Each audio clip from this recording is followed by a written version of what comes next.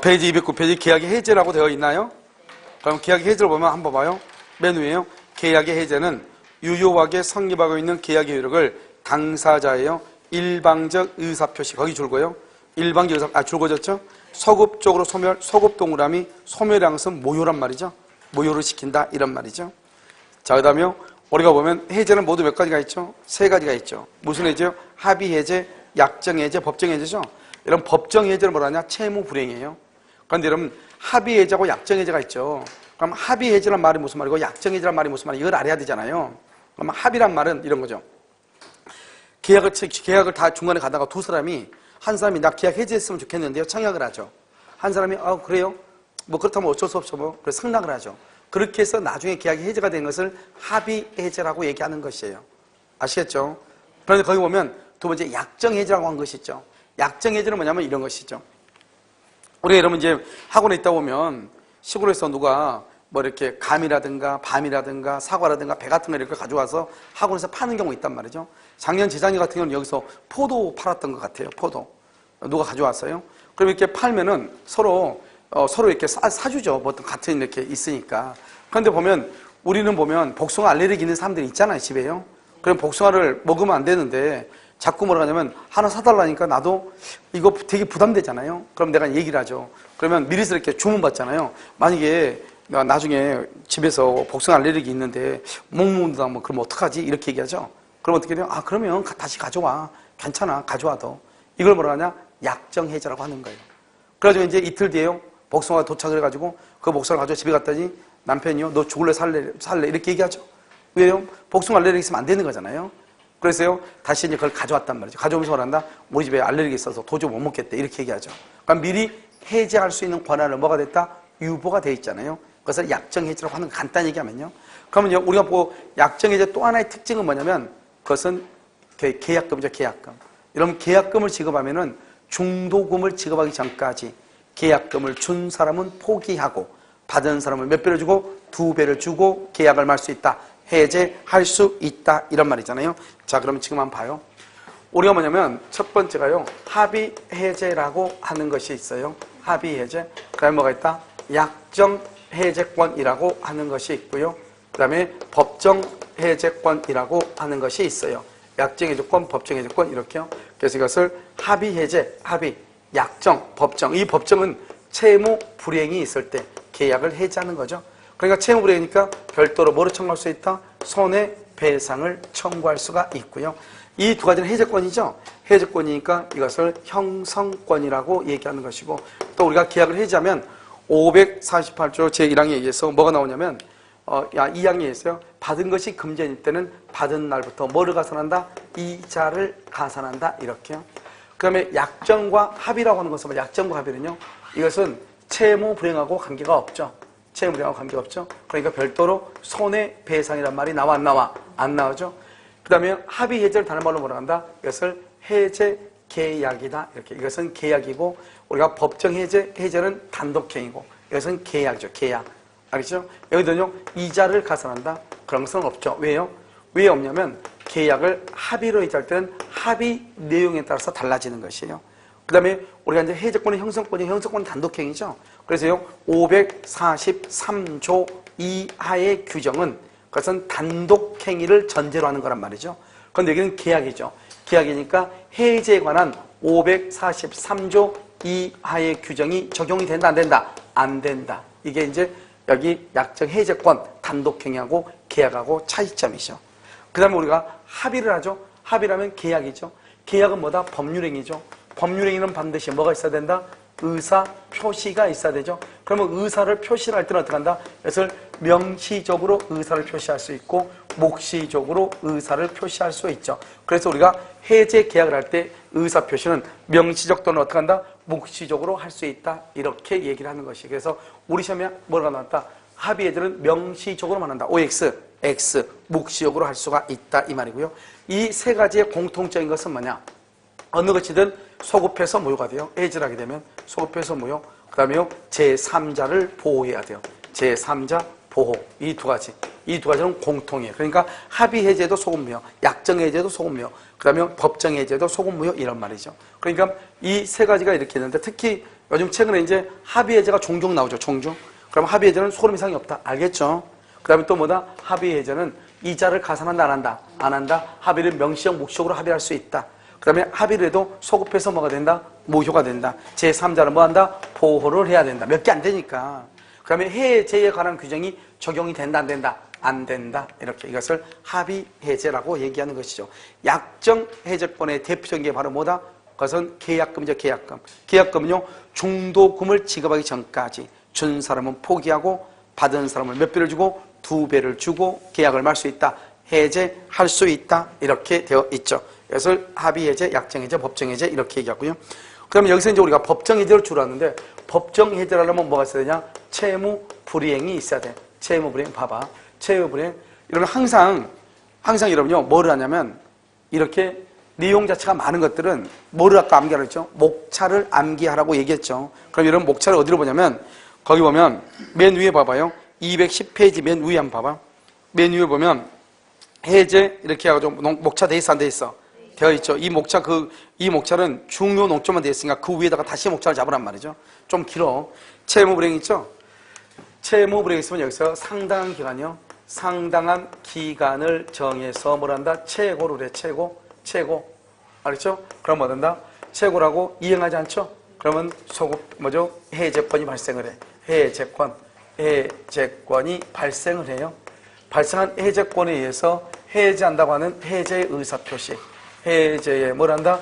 의사를 표시를 해요. 해제 의사를 표시하면 뭐가 된다? 여기서 뭐가 돼요? 소급해서 뭐가 된다? 무효가 된다. 소급해서 무효가 돼요. 그럼 소급해서 무효가 되면 뭐 한다? 여기서 제3자 보호의 문제가 발생해. 제3자 보호의 문제. 그 다음에 뭐 한다? 여기서요. 손해배상의 문제가 발생하죠. 손해배상 청구권 이렇게. 죄송해요. 하나가 빠졌네요. 여기서 뭐라냐? 원상회복 의무라고 하는 것이 있어요. 원상회복 의무라고 하는 것이 있고 그 다음에 마지막으로 뭐가 있다? 그 다음에요. 손해배상 청구권 이렇게. 손해배상 청구권 이렇게 이게 논점이에요. 여기까지가. 여기까지를 먼저 써. 우리 아까 뭐죠? 동시에 함권도 논점이 많으니까 어떻게 한다 그러죠? 그걸 보라고 그랬죠? 목차를 보라고 그랬죠? 목차를 보고 보면 아무것도 아니에요. 양이 되게 많은데요. 설명이 길어서 그렇지. 그러니까 먼저 뭐냐? 여러분 페이지 어디 위에다 쓰라고요? 210페이지. 210페이지 맨 위에 보면 약간 공간이 있죠. 박스 위에 보면 원래 이 박스는 주요 농점만 되는데 이 박스가 원래 이렇게 돼 있어야 되는데요. 주요 논점만 되어 있으니까 그 위에다 먼저 쓰란 말이죠. 그럼 뭐다? 채무 불이행이 있다. 그러면 상당한 기간을 정해서 채고한다. 어디까지 돈을 갚아라? 돈을 갚지 않는다? 그러면 해제권이 발생을 한다. 그러니까 해제권이 발생한다 해서 해제가 되는 것이 아니고 해제한다고 하는 의사를 표시해야 된다. 그럼 해제 의사 표시하면 처음부터 무효가 된다. 소급 무효. 처음부터 무효가 되니까 제3자 보호의 문제와 그 다음에 원상 회복 의무의 문제가 발생하고 마지막으로 손해배상을 한다. 손해가 있을 때. 그래서 계약의 해제는 손해배상 청구에 영향을 미치지 아니한다. 무슨 말이냐? 계약을 해제했는데 손해가 있으면 손해배상을 청구할 수 있고 만약에 계약을 해제하지 않았더라도 별도로 채무 불이행이 있으니까 별도로 손해배상을 말 수 있다. 청구할 수도 있다. 이런 말이죠. 무슨 말인지 아시겠죠?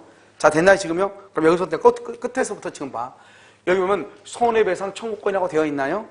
되어 있어요? 그럼 이러면 손해배상 청구를 어떻게 하는 것이냐? 첫 번째 이것은 후발적이죠? 그래서 후발적이니까요. 무슨 이익을 배상한다? 이익을 배상하죠. 이행이익 배상이요. 이행이익을 배상하는 것이고 그 다음에 판례가 뭐라 한다? 판례는 실내이익을 청구, 실내이익 배상을 청구할 수도 있다. 그러나 이행이익 배상을 못한다? 넘지 못한다. 이렇게. 무슨 배상이다? 후발적이냐? 이행이익 배상을 청구한다. 딱 하나만 하면 돼. 자, 손해배상은 뭘 하나만 한다? 이행이익 배상이다. 이행이익은 뭐죠? 원시적은 무슨 이익? 실내이익. 후발적은 뭐? 이행이익. 알겠죠? 그래서 이행이익 배상을 하고 예외적으로 실내이익 배상을 청구할 수도 있다. 판례가 있다. 판례가. 그런데 이행이익을 넘지 못한다. 이 딱 하나만 알면 돼. 여기는 아무것도 아니잖아요. 자, 원상회복이라는 게 뭐죠? 계약이 해제가 되면 처음부터 무효가 된단 말이죠. 그럼 처음부터 무효가 되니까 어떻게 돼요? 자기가 받은 거 다 토해내야지. 처음부터 무효니까. 그러니까 어떻게 돼요? 원상회복은 첫 번째요. 선의 악의를 볼문하고 전부를 뭘 한다? 반환하는 거예요. 전부. 따라서요, 여러분요, 계약을 해제한 후에 착오를 이유로 뭐 할 수 있다? 취소할 수 있어 없어? 있다. 해제한 후, 해제는 선이고 악이고 전부로 반환하는데 착오를 이유로 취소하게 되면 선의의 경우는 무슨 이익만 반환한다? 현, 전, 이익. 그래서 해제 후 착오를 이유로 말 수 있다. 취소할 수 있다. 해제 후 말 수 있다. 취소할 수 있다. 이렇게. 자, 그럼 세 번째는요. 우리가 원상 회복을 한다는 것은 내가 받은 거 다 토해낸다 이 말이잖아요. 알겠죠? 그런데 원상이면 처음부터 무효니까 어떻게 하냐? 미이행, 아직 이행하지 않았죠? 미이행한 것은 청구할 수 있어 없어? 없어. 처음부터 무효니까. 기이행. 이미 이행한 것은 뭐란다? 그것은 반환한다 이 말이죠. 이것을 반환하는 것이 바로 뭐다? 원상회복이다 이 말이죠. 알겠죠? 그런데 받은 것이 금전이다. 그러면 받은 것이 금전일 때는 언제부터? 받은 날부터 뭐를 가산한다? 이자를 가산한다 이 말이죠. 이자. 이때 이자는 뭐다? 지연 이자이다 아니다. 지연 이자가 아니다. 뭐다? 부당 이득의 성질이다 이렇게. 부당 이득의 성질이다 이렇게. 부당 이득. 그래서 지연 이자가 아니다. 언제부터? 받은 날부터 뭐란다? 이자를 가산한다. 받은 날부터. 무슨 알겠죠? 그래서 이것을 받은 날부터 이렇게. 이것을 원상회복 의무다 이렇게 얘기하죠. 여기서는요, 물론 이제 원물 반환이고 과실도 반환하고 다 그렇게 해. 그런 것은 중요하지 않고요. 선의 악의를 못말고 전부로 반환하고 계약을 해제한 후 착오를 이유로 말 수 있다. 취소할 수 있다. 받은 날부터 이자를 가산. 이때 이자는 부당 이득의 성질이다 이렇게. 이게 중요하죠. 그럼 이러면 제3자 보호죠. 이런 봐봐. 제3자는 뭐냐면 여기서 이렇게요. 계약을 해제하죠. 해제하고 말소 등기를 청구하죠. 여기는 계약을 체결하죠. 그럼 어떻게 돼? 해제하기 전하고 해제하고 난 후는 제3자는 누구일 때 보호된다? 선의일 때 보호되는데 해제하기 전에는 누구도 보호된다? 누구도? 악의도 보호된다 이 말이죠. 도대체 이 말이 무슨 말인가? 이것은요 이렇게 갑하고 누구하고 을하고요 2월 1일 계약을 체결하죠. 그러고 난 다음에 을한테요 3월 1일 날 만다 등기를 하죠. 그럼 이 사람이 뭐가 된다? 소유자가 되죠. 소유자 또는 이 사람이 뭐다? 그래서 물권이죠. 물권. 꼭 소유자가 아니고 저당권 할 수 있죠. 또 뭐 할 수 있다? 전세할 수도 있어 없어? 있죠. 그런데요 이 상태에서 을이요 여기는 지금 여기가 4월 1일이라고 해봐. 여기는 5월 1일이라고 해봐. 그러면 여기 해제가 되면 4월 1일이죠. 여기는 3월 1일인데 그러면 해제가 되기 전까지죠. 그리고 언제요? 여기 3월 15일 날 병한테 처분했다. 여기는요 여기는 4월 1일에서 5월 1일, 여기 4월 15일이요. 4월 15일 날 정한테 처분했다. 이 병이나 정을 뭐라고 한다? 제3자다. 이렇게 제3자. 알겠죠? 제3자다. 이렇게 얘기를 하는 것이에요. 제3자. 됐죠? 그러면요. 이 병은 누구일 때? 여기죠. 이 병은 누구일 때? 선악불문하고. 여기는 누구일 때? 선의일 때. 여기는 선악불문하고 여기는 선의일 때 이 말이죠.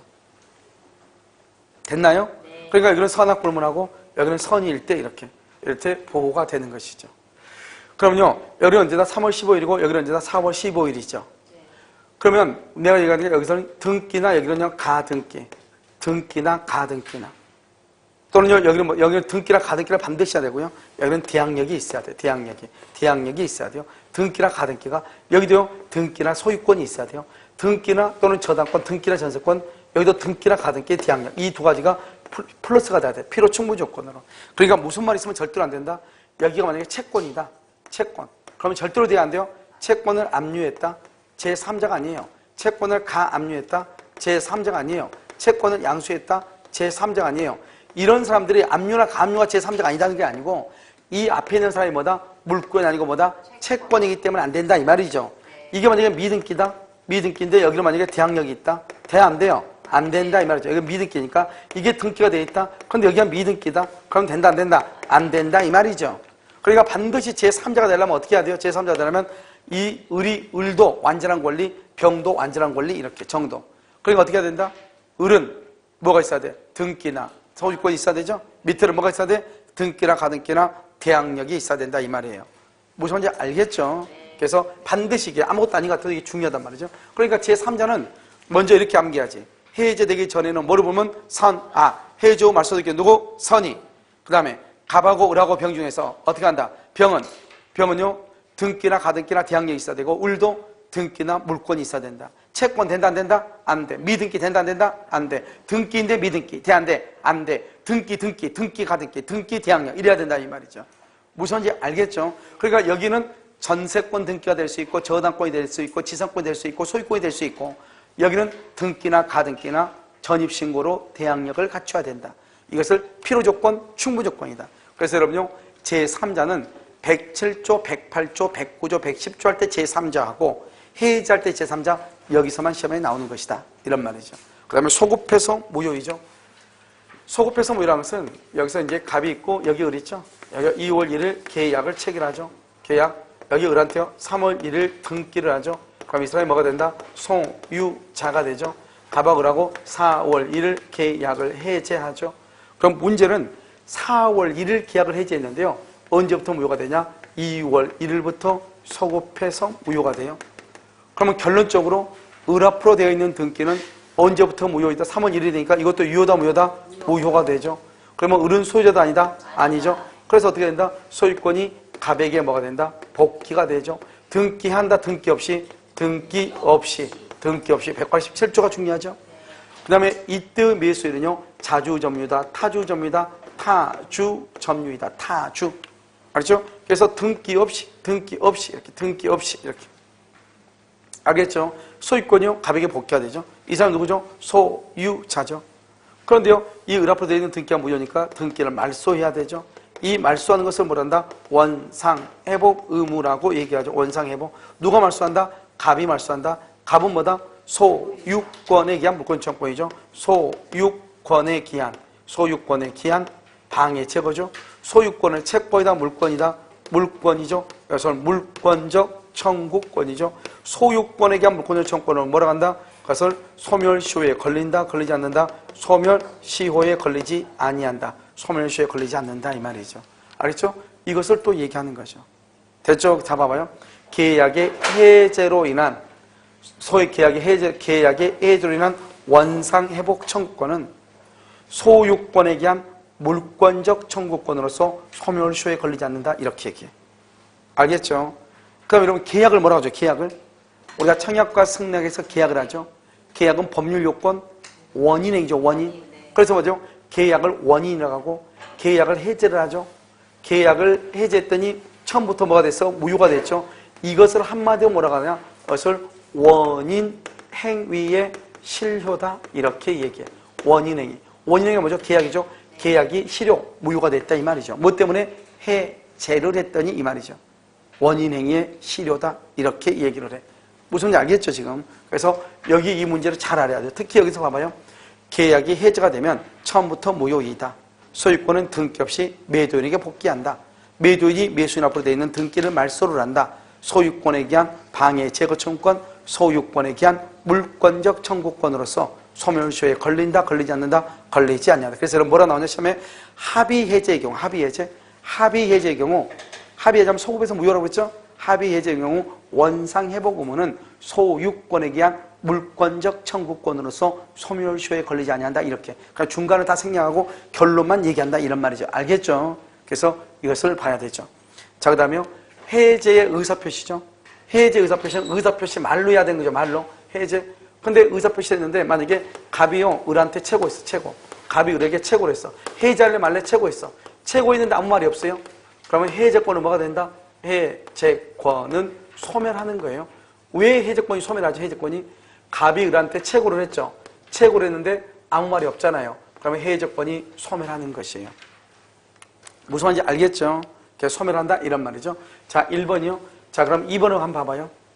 2번을 보면 여기서 뭐가 나오냐면 해제 의사표시 할 때는 만약에 여기서 갑하고 을하고 이렇게 병하고 세 사람이 있죠.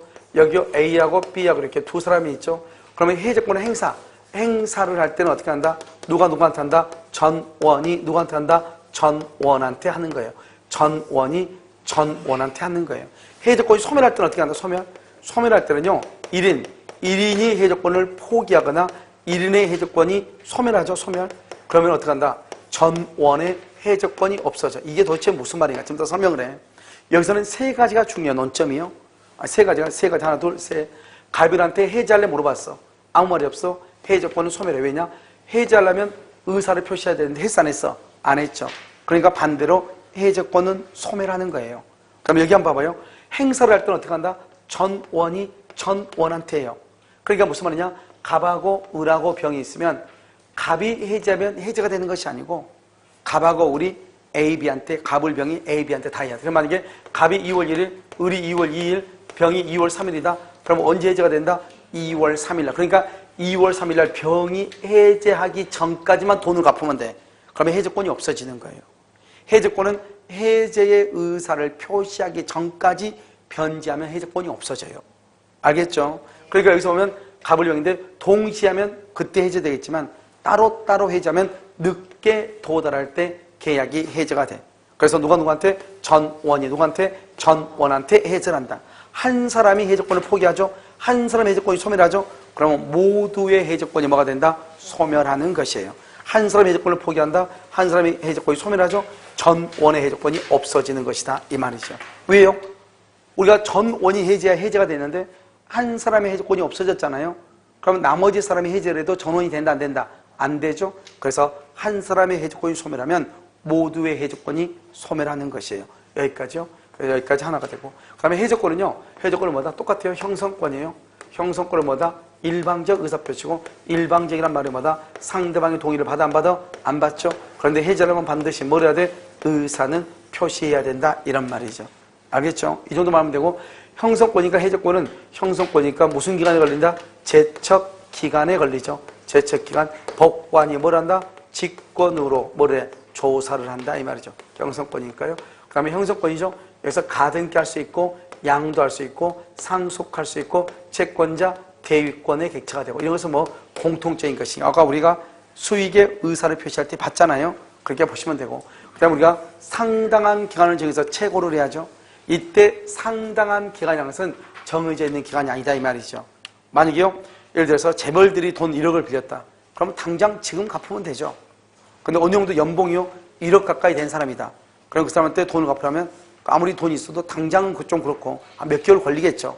그런데 연봉이요 1,000밖에 안 된다. 2,000밖에. 그 사람한테 1억을 당장 갚으라면 돼 안 돼요? 안 되겠죠. 그 사람들한테는 한 달, 두 달, 3-4달 이렇게 여유를 줘야 되겠죠.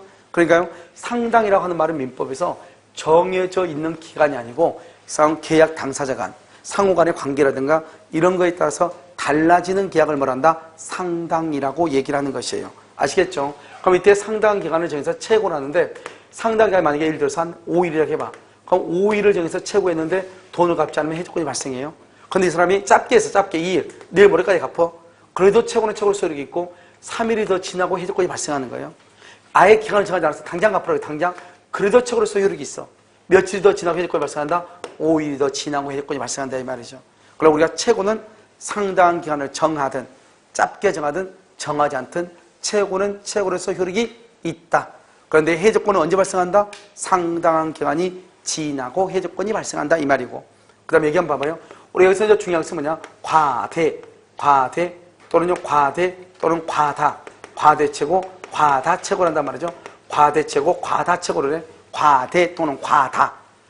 너무 많이 채고하죠? 채고가 아니에요. 계약을 할 수 없다. 해제할 수 있다 없다? 없다. 그래서 과대채고 과다채고는 채고가 아니다. 해제할 수가 없다. 이런 말이죠. 이것을 채고다 이렇게 얘기하는 것이요. 이게 끝이에요. 그럼요, 우리가 채고는 해제권은 여기서 여기까지가 너무 힘든 거예요. 알겠죠? 우리 뭐 책을 보면 채권적 효력성, 물권적성 별의별 소리 가지고 막 무슨 뭐 해가지고 쓰는데 그건 다 쓸데없는 소리고 우리가 학습은 필요 없으니까 우리가 이제 해제권을 보면은 먼저 목차로 쭉 보는 거예요. 채무불이행이 있다. 상당한 기간을 정해서 채고한다. 그런데 이행하지 않으면 해제권이 이제 발생한다. 해제권이 발생한다고 해서 해제가 되는 것이 아니에요. 해제한다고 하는 의사를 표시해야 된다. 그러면 어떻게 된다? 처음부터 무효가 돼. 소급무효. 소급무효가 되니까 제3자의 보호의 문제와 원상 회복의 문제가 발생하고 마지막으로 손해가 있으면 손해배상을 청구할 수 있다 이 말이죠. 자, 그럼 여기서 보면 먼저 상당 기간을 정하든 짧게 정하든 정하지 않든 채고로 소유력이 있고, 해제권은 언제 발생한다? 상당한 기간이 지난 후에 발생한다. 됐죠? 자, 두 번째는요, 과대채고 과다채고는 채고이다 아니다? 아니다. 아니니까 채고로서의 효력이 있어 없어? 없죠. 해제할 수 있다 없다? 없다. 해제권은 뭐다? 형성권이고 일방적 의사표시이다. 그리고 그 다음에 형성권이고 제척기간이고, 그 다음에 법관이 직권으로 조사하죠. 해제의 의사를 표시해야 되죠. 의사를 표시해야 해제가 되는데 해제할래 말래 채고를 했어. 그런데 아무런 의사표시가 없다. 그러면 해제권은 뭐가 된다? 소멸하고, 우리가 해제권자가 수인이다. 그러면 어떻게 한다? 행사는 전원한테 해야 되고, 만약에 한 사람의 해적권이 소멸되면 모두의 해적권이 뭐가 돼? 소멸하는 것이다. 해지하게 되면 소급해서 무효가 되죠. 소급해서 무효가 되면 어떻게 된다? 먼저 갑과 을이 계약을 하고 2월 1일 등기를 을 앞으로 하고 3월 1일 그 다음에 4월 1일 계약을 해지하게 되면 2월 1일부터 무효가 된다. 2월 1일부터 무효가 되는 것을 원인행위의 실효라고 얘기하는 것이다. 그 다음에 을 앞으로 되어 있는 등기는 무효가 되고 을은 더 이상 소유자가 되지 아니한다.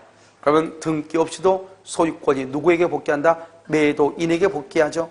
그러면 매수인은 그때부터는 무슨 점유가 된다? 타주 점유가 되고, 매수인 앞으로 되어 있는 등기가 무효니까 이 등기를 말소를 해야 돼. 그 말소하는 것을 뭐라고 한다? 원상회복 의무라고 하고, 원상회복 의무를 누가 한다? 매도인 갑이 한다. 갑은 누구다? 소유자다. 그래서 소유권에 대한 방해 제거 청구권, 소유권은 뭐다? 물권이죠. 그래서 그것을 뭐란다? 물권적 청구권이고, 소유권에 의한 물권적 청구권은 소멸시효에 걸린다, 걸리지 아니한다, 걸리지 아니한다. 이렇게. 그 다음에 제3자 보호의 문제가 생기죠. 제3자는 해제하기 전에는 뭐를 불문한다? 선악을 불문하고, 해제 후 말소 등기는 누구만? 선의만 보호되는 것이다. 그런데 중요한 것은 갑을 병이 있으면 이 을은 등기라든가 소유권이라든가 저당권이라든가 전세권이라든가 물권자가 돼야 되고, 병이나 정은 제3자는 뭐다? 반드시 등기나 가등기나 대항력이 있어야 된다.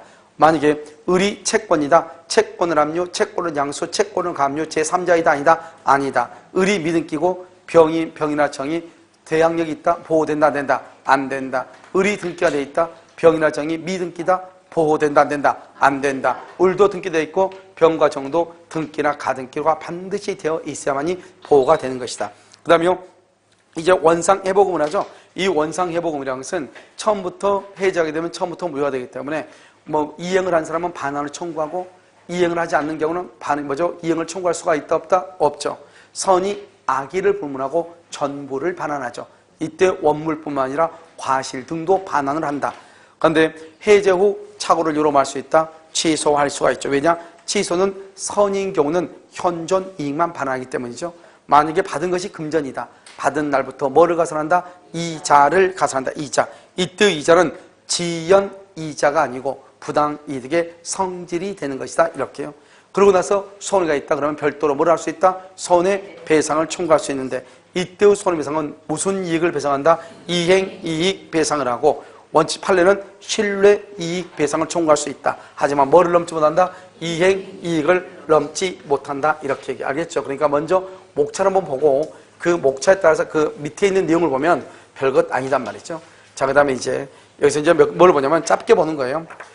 상단계에서 여기서 채무례이죠. 그러면 채고를 해요. 채고를 하고, 그 다음에 해제의 의사표시, 해제한다고 하는 해제의 의사를 표시를 해요. 표시하고 난 다음에 그 다음에 초급에서 뭐가 된다? 무효가 되죠. 그래서 의사표시 무효 이렇게 짧게 본단 말이죠. 그러면 첫 번째 뭐가 있냐? 여기 이행지체라고 하는 것이 있어요. 이행지체. 두 번째는 뭐가 있냐? 두 번째는요, 여기요, 이행불능. 그 다음에 여기 이행거절이라고 하는 것이 있고, 그 다음에 여기 약정해제권이 있어. 약정해제권이 있고, 그 다음에 뭐냐? 정기행위라고 하는 것이 있고, 그 다음에 여기 뭐죠? 그 사정변경이라고 하는 것이 있어요. 사정변경이요. 사정변경.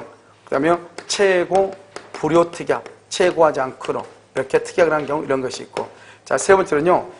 우리 시험에 나오기 전에 조금 그런데 실권약관이라고 하는 것이 있어요. 알겠죠? 실권약관이요. 뭐가 있냐? 여기 중도금하고 잔금이 있어. 잔금. 그 다음에 네 번째는요. 정지조건부 해제 의사표시 이렇게. 해제 의사표시라고 하는 것이 있어. 자, 한번 볼까요? 여기요. 여기 한번 봐봐. 여기 이렇게요. 여기 이렇게 그러면 이렇게 돼 있죠? 그럼 여기서 이제 우리가 이제 한번 본단 말이죠. 이걸 가지고 이제 시험이 나오는데 어떻게 나오냐? 이렇게 나와요. 자, 여기는요, 이행지체는요, 최고하고 해제한다는 말을 해야지만이 무효가 된다. 이런 말이에요. 알겠죠? 그런데 여기는요, 이행불능 이것은 최고하지 않아요. 그러니까 당장 즉시로 해제할 수 있단 말이죠. 그런데 해제한다는 말은 해야 돼요. 처음부터 무효가 돼요. 알겠죠? 여기 실권약관은요, 중도금은 최고하지 않고, 잔금도 최고하지 않고, 그 다음에 해제 말 안 해도, 그 다음에 무효가 되는 것을 얘기해요. 이렇게 무효가 되는 것. 그런데 여기 정지조건은요, 뭘 한다? 최고는 해요. 근데 뭘 하지 않냐? 그래서 해제 의사표시 안 해도, 그 다음에 무효가 돼요. 이렇게 기본적으로 네 가지인데요. 실제 시험은 이 두 가지밖에 안 나와요. 알겠죠? 이 두 가지. 자, 그럼 봐봐. 우리가 이행지체이다. 그러면 이행지체가 뭐예요? 잔금을 지급해야 되는데, 아직 잔금 날짜가 됐는데, 잔금을 지급하지 못하고 있는 경우. 우리가 여러분요, 친구 책을 빌려갔단 말이죠. 오늘 책을 돌려주기로 했는데 깜빡 잊고 집에서 안 가져왔단 말이죠. 돌려줄 수 없죠. 그것을 이행지체라고 얘기하는 거예요. 그래서 이행지체가 있다. 최고하고 해지하고 의사표시요. 그 다음에 여기 이행불능하고 이행거절이죠. 그 다음에 약정해적권하고 정기행이죠. 사정변경하고 최고 불효특약이죠. 이런 경우는 최고하지 않고 해제의 의사표시하게 되면 무효가 된다 이 말이죠. 그래서 이것은 즉시로 이 말이죠. 최고하지 않는다. 최고하지 않는다. 그래서 해제 의사표시하고 무효가 된다 이 말이고요. 그 다음에 실권 약관은 뭐냐면 중도금 날짜에 중도금을 안 주면 최고하지 않고 해제한다는 말을 안 해도 당장 그때 무효가 된다. 이렇게 약속을 해. 처음부터 계약을 할 때. 근데 문제는 뭐냐면 잔금이죠. 잔금은 채무 불이행이 아니란 말이죠. 그래서 잔금 날짜에서는 해지를 한다 못한다? 못하죠. 그러니까 상대방을 뭐에 빠뜨려야 돼? 이행지체. 그래서 잔금은 항상 잔금은 뭐라냐? 이렇게 얘기를 해요. 잔금 날짜에 잔금을 지급하지 않으면 최고 없이 해지한다는 말도 없이 자동적으로 무효가 된다는 약정이 있더라도 무조건 그렇게 되는 것이 아니고 상대방을 뭐에 빠뜨려야? 이행지체에 빠뜨려야 이렇게. 그 다음에 정지 조건부 해제 의사 표시는 뭐냐면 채무 불이행이 있단 말이죠. 그러면 상당 기간 있어 최고해. 언제까지 돈을 갚아라. 돈을 갚지 않으면 나 해제 의사 표시 안 한다. 안 해도 자동적으로 무효가 된다. 그러니까 최고는 하지만 뭐는 하지 않는다? 해제한다는 말을 한다 안 한다? 안 한다. 이것은 우리가 어디서 나오냐? 민법 총칙에서 잘 나오는 것이고 이 두 가지만 정확히 보면 돼요. 그러니까 항상 뭐냐? 시험은 다음 중에서 최고 없이 해제할 수 있는 경우가 아닌 것. 그걸 언제나 이행지체가 돼요. 그 다음에 이행 거절의 의사표시를 뭘 한다? 철회. 철회를 하죠. 철회. 철회하게 되면 다시 최고로 해야 돼. 그럼 우리가 여기서 시험이 뭐냐면 사정 변경 아직 시험 안 나왔어요. 약정해제 정기행 시험이 나오고 이행 거절, 이행 불능 이렇게요. 이 두 가지하고 이 두 가지만 보면 되는데 약정해제는 아까 말했죠. 미리서 약속한 거라고 그랬죠. 정기행위는 뭐죠? 정기행위. 정기행위는요 항상 뭐라 나오냐? 계약의 성질 이렇게 말을 암기해야 돼. 계약의 성질. 그다음에 당사자의 의사표시. 당사자의 의사표시 이렇게. 이 말의 뜻이 뭐냐면 이런 것이에요. 봐. 계약의 성질이라고 나왔죠. 이게요 결혼식이요. 결혼식의 웨딩드레스 이런 말이에요. 그럼 그때 아니면 쓸 수 없는 거. 알겠죠? 그래서 웨딩드레스를 가져오라 했더니 안 가져와요. 결혼식이나? 그러면 최고 없이 해제할 수 있다 이 말이고 당사자의 의사표시한 것은 외국에 이민을 간 친구한테 꽃다발을 선물하고 그랬는데 그럼 어떻게 돼요? 친구가 비행기 타기 전까지 꽃이 와야 될 거 아니에요? 비행기 떠나고 난 다음에 꽃이 오면 된다 안 된다? 안 되죠? 그러니까 그때 아니면 의미가 없는 것. 그것을 정기행위라고 얘기하는 것이에요. 그럼 정기행위란 말이 나오면 좋은데 정기행위라고 잘 나오지 않고 뭐라 나오냐? 결혼식이라든가 계약의 성결 또는 당사자의 의사표시 이렇게 나온단 말이죠. 그러면 이 말이 무슨 말이다? 이 말이 무슨 말이다? 그것을 여러분요, 그것이 정기행위다. 이것을 잘 이해를 해야 된다 이런 말이죠. 그 다음에요, 여기 보면 사정 변경하고요, 이행불능, 이행거절하고 이걸 보는데 봐봐요. 우리가 채무불행이죠. 이미 이런 것들은 다 뭐다? 이런 것들은 채무불행이다 이 말이에요. 그러면 이행불능, 이행거절은 채무불행이니까 다시 또 상대방을 이행지체에 빠뜨릴 필요가 있다 없다? 없다. 그러면 봐. 동시행이다.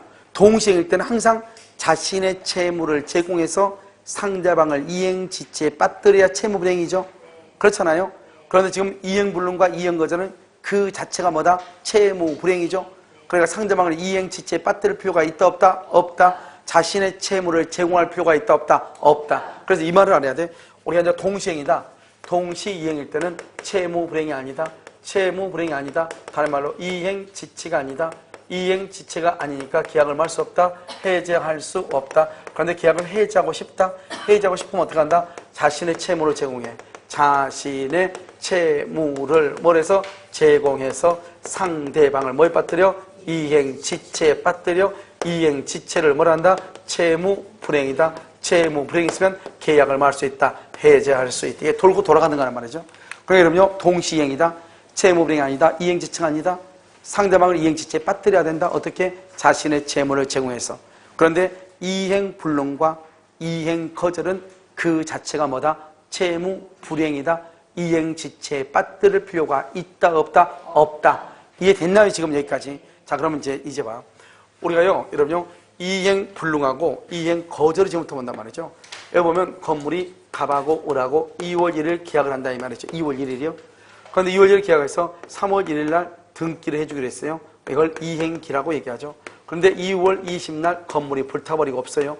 이것을 이행불능이라고 얘기하죠. 그럼 이행불능이면 어떻게 돼요? 우리가 최고를 하는 이유는 뭐냐?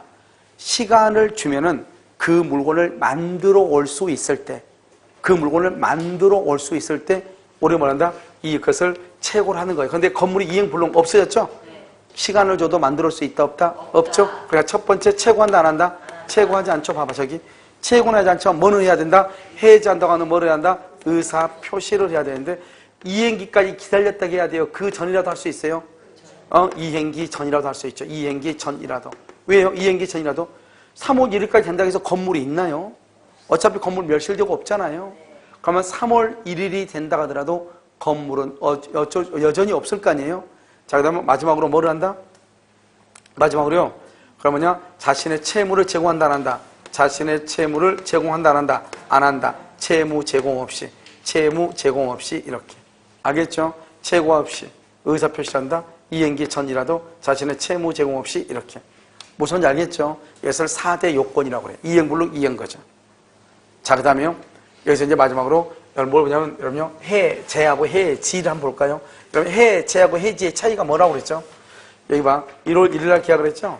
그런데 8월 1일 날이요? 8월 1일 날 뭘 한다? 해지를, 해지. 해지를 하고, 해지. 그 다음에 여기 8월 1일 날 해제를 한다, 이 말이죠. 해제. 근데 여기 두 개요? 두 개가 지금 미이행이에요. 두 번이 미이행이에요. 그럼 1월 1일부터 8월 1일까지인데요. 해제를 하면 어떻게 하냐? 처음부터 소급해서 무효가 돼요. 소급해서 무효가 돼요. 처음부터 무효가 되니까 어떻게 해요? 미이행. 아직 이행하지 않는 것은 이행할 필요가 없어? 있어 없어? 이게 뭐죠? 이행을 총괄할 수가 있어 없어? 이행을 총괄할 수가 없죠. 그럼 이미 준 거, 이미 준 거 어떻게 해야 돼? 다시 반환 받아야 되죠? 반환을 청구할 수 있다 이 말이죠. 알겠죠? 이것을 우리 뭐란다? 이것을 원상회복 의무라고 하죠. 원상회복 의무다 이렇게. 원상회복 의무 이렇게 얘기하죠. 그런데 해지는요? 해지는 오늘부터 장래무효예요. 어느부터 무효니까 어떻게 해야 돼요? 이미 받은 거 기이행, 이미 받은 거하고 미이행하고 아직 이행하지 않는 것 있죠? 봐봐, 해지를 하게 되면요. 오늘부터 무효니까 그럼 오늘까지는 유효다, 무효다? 유효다. 그러니까요, 이미 받은 것은요, 내가 반환한다, 안 한다? 반환할 필요가 없죠? 아직 월세 두 달 못 받았어. 임대차 월세인데 8개 8월 1일까지인데 2달이나 월세를 연체한 것이에요. 그럼 그 사람 나가라고 할 때 그 월세 받아야 돼요? 안 받아도 돼요? 받아야 되죠? 그래서 이행을 뭐 한다? 청구해야죠, 청구. 이것을 뭐란다? 이것을 우리는 청산 의무다. 이렇게 얘기해. 알겠죠? 그러니까 해지하고 해제의 가장 큰 차이는 처음부터 무효냐? 장래를 향해서 무효냐? 이 말이고. 그 다음에 여기는 원상회복이고, 여기는 뭐란다? 청산 의무고. 그런데 둘 다 해제나 해지란다? 둘 다 별도로 뭘 할 수 있다? 손해배상을 말 수 있어. 청구할 수 있는 거, 둘 다. 별도로 손해배상 청구할 수 있어. 해지나 해제라면. 마찬가지로 해지나 해지를 할 때는 누구한테 한다? 해제나 해지는 전원이 누구한테 한다? 전원한테 해제나 해지를 한다. 이렇게 돼 있어, 법에. 한 사람의 해지권 소멸하면 모두의 해지권이 뭐가 된다? 소멸한다. 이렇게. 그래서 해지하고 해제를 일단 구별을 해야 돼요. 자, 이게 이제 구별이 됐으면 이제 뭐를 보는 것이냐? 이걸 보는 거예요. 사정 변경이라고 하는 것이 보는 거예요. 그럼 우리가 사정 변경이 뭐죠? 사정이 변경됐다 이 말이죠. 그래서 사정 변경일 때 해지를 하는 경우가 있고 해제를 하는 경우가 있어. 해지는 장래무효라고 그랬죠. 우리가 여러분요, 어느 회사의 대표가 되면은 그 회사 이름으로 돈을 빌리잖아요. 대표자가 사인을 반드시 해야 돼요. 알겠죠? 그래서 여러분 어떻게 해야 돼요? 해지는 확정채무, 확정채무하고요. 그 다음에 여기요, 불확정채무죠. 불확정채무, 이것을 말한다? 계속적 보증이라고 하는데요. 이렇게 하고 있다가 이사직을 사임을 하죠. 이사가, 대표가. 그러면 사정이 변경됐다 이 말이죠. 사정이 변경되죠. 확정채무 사정이 변경되면 이것은 뭐냐? 해지할 수가 없어요. 해지를 못해요. 여기는요, 사정이 변경되죠. 해지할 수가 있다 이 말이죠. 이게 큰 차이죠. 그러니까 불확정 채무는 해지할 수 있는데 확정된 걸 해지를 못해. 예를 들어서 불확정이라고 하는 것은 뭐냐면 은행하고 회사하고요, 범위를 정해놔. 0부터 10억까지. 언제든지 돈을 갚고 빌리고 돈을 갚고 빌리고 이렇게 할 수 있단 말이죠. 알겠죠? 그러니까 지금 현재 얼마를 빌린지 알아요? 몰라요? 모르죠. 그걸 불확정이라고 그래. 알겠죠? 그것을 계속적으로 보증을 쓴다고 얘기해요. 그러니까 아무튼 대표이사는 회사가 돈을 빌리면 일단 무조건 보증을 들어가야 돼요. 대표이사는. 알겠죠? 그런데 이사직을 사임하죠? 이사직 사임을 사정 변경이 나가죠? 그러면 그것은 해지할 수 있어. 책임 안 져. 그런데 회사가 1억을 딱 빌렸어. 1억을 확장 1억을 딱 빌렸단 말이죠. 거기에 대해서는 뭐 할 수 있다? 사임할 수 있다 없다? 사임해도 뭐죠? 해지할 수 있다 없다? 없다. 이렇게. 그 다음에 해제는 원칙 안 돼. 해제는 안 되는데 IMF 갔어. IMF가 터졌죠? 그래서 첫 번째 봐봐. 계약 체결 당시에 뭐를 못해야 돼? 예견할 수 없어야 돼. 예견을 못해. 계약을 체결할 때 IMF가 올 거라고 생각을 못해야 돼. 그 다음에 당사자, 사정병이에요. 당사자한테 기책 사유가 있어야 돼 없어야 돼? 없어야 돼. 일방이 아니고 두 사람 다 잘못이 없어야 돼. 그 다음에 사정이 변경됐는데 계속 계약을 이행을 하래. 구속력을 인정한다면 신의 측에 반해야 돼. 신의 측에 반해야 되고, 이때의 사정은 객관적 사정을 얘기하는 것이고, 뭐는 안 된다? 주관적, 개인적 사정을 얘기한다, 안 한다? 안 한다. 그러면 시험에 나올 수 있는 게 뭐냐? 여기서 객관적이냐 주관적이냐, 이게 가장 쉽게 나올 수 있겠죠? 일방만 잘못이 없냐, 당사자가 다 잘못이 없어야 되냐, 이 말이죠? 체결할 당시에 의견을 못 해야 돼. 체결할 당시에. 그러니까 계약을 체결할 때 어떻게 돼요? IMF가 터질 거라고 생각을 했다, 안 했다? 안 했다. 이 말이죠. 그랬을 때 해지할 수 있다. 알았으면, 일방이라도 알았으면 해지할 수 있다, 없다? 없다. 이렇게. 이때의 사정은 객관적이다, 주관적이다. 객관적이다, 주관적, 그러면 안 돼. 알겠죠? 신의 측에 반한다, 당사자. 이렇게 네 가지. 알겠죠? 특히 하나, 둘, 셋. 이 세 가지에서 셋 중 하나가 정답이다. 체결 당시냐, 체결 후냐. 해결할 수 있었냐, 없었냐. 그 다음에 당사자한테 책임이 있느냐, 없느냐. 그래서 여러분요, 이것은 여러분요, 강의 노트에 어디에 나와 있죠? 214페이지. 214페이지요. 보면 나와 있죠? 그래서 거기를 보시면 된다, 이 말이죠. 자, 이제 봐봐요. 그래서 여기서 이제 우리가 시험을 다시 보면 이렇게 나오는 거죠. 여기서 보면 딱 이 두 가지만 알면 된다고 그랬죠? 이행지체. 상당히 현재에서 최고하고 계약을 해지할 수 있다. 그 다음에 이행불능, 이행거절. 그 다음에 약정해적권, 정기행위. 그 다음에 사정변경원칙, 최고 불효특약. 이런 경우는 최고 없이 계약을 해지할 수 있다. 그런데 이행거절의 의사표시를 철회한다. 그럼 다시 최고하고 계약을 말 수 있다. 해지할 수 있다. 그런데 중요한 것은 이행불능과 이행거절의 경우는 4대 요건이 있다. 첫 번째 최고 없이, 두 번째 해제의 의사는 표시해야 된다. 세 번째 이행기 전이라도 자신의 채무를 증오할 필요가 있다, 없다. 그 다음에 정기행위는 뭐다? 계약의 성질, 당사자의 의사표시. 다시 말하고 계약의 성질, 당사자의 의사표시. 결혼식. 그럼 뭐다? 정기행위. 최고한다, 안 한다? 안 한다. 그럼 여기요, 사정변경은요, 해지와 해제가 있다. 해지는 확정 채무는 해지할 수 있다, 없다? 불확정 계속적 보증은 해지할 수 있다. 그런데 해제는 원래 된다, 안 된다. 그런데요, 계약 당시 예견하지 못했던 사정이 변경되고, 그러한 사정이 당사자에게 책임이 있어야 돼, 없어야 되고, 이러한 사정은 객관적이다, 개인적이다, 객관적 사정이다. 이런 경우는 사정 변경을 이유로 계약을 말 수 있다. 해제할 수 있다. 이렇게 아시겠죠? 여기까지. 여러분 잠깐 쉬었다가 모의고사 한번 보도록 그렇게 하겠습니다. 알겠죠?